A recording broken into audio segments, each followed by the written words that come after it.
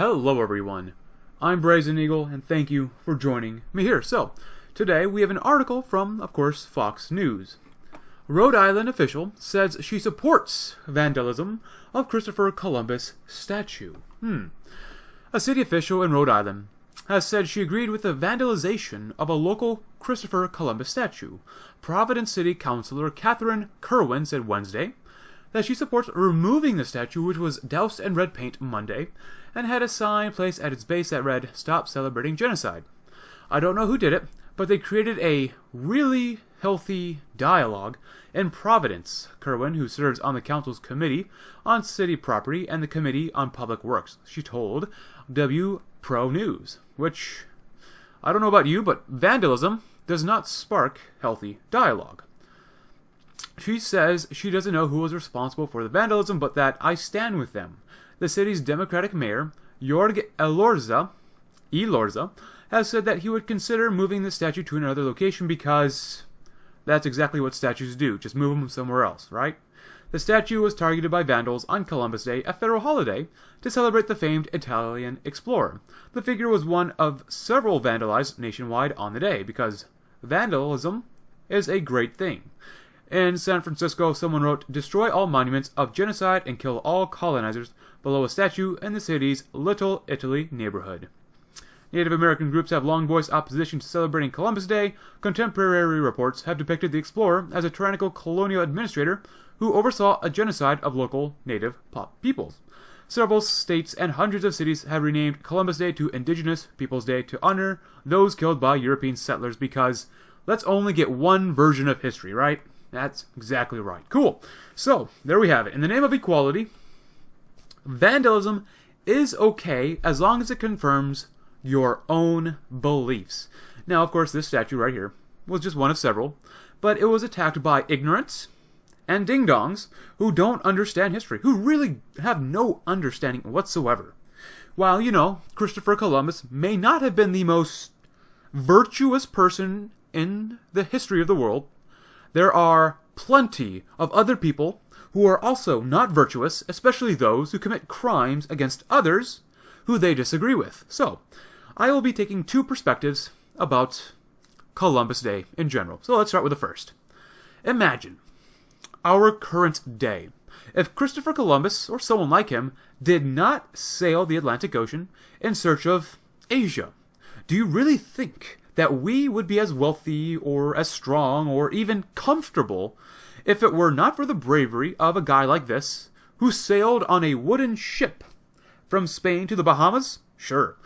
Some Europeans did try to come earlier, but Columbus's journeys and efforts should be welcomed and celebrated because he took the initiative to discover. Just look at the people trying to turn Columbus Day into Indigenous Peoples Day to supposedly honor those killed by European settlers.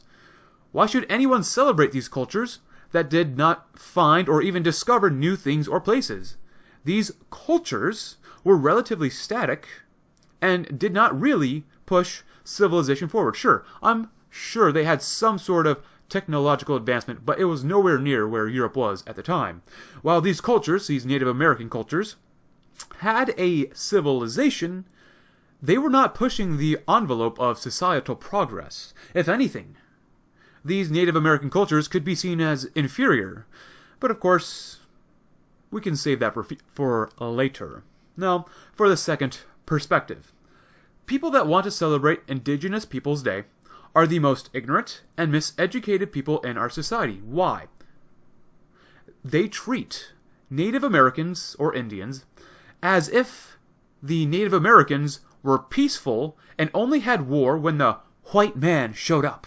For example, has anyone ever heard of the Aztecs and their human sacrifice? That doesn't sound very peaceful or ungenocidal at all. How about the Comanches and how they almost literally exterminated the Apaches? Does no one ever talk about that and how that type of genocide happened?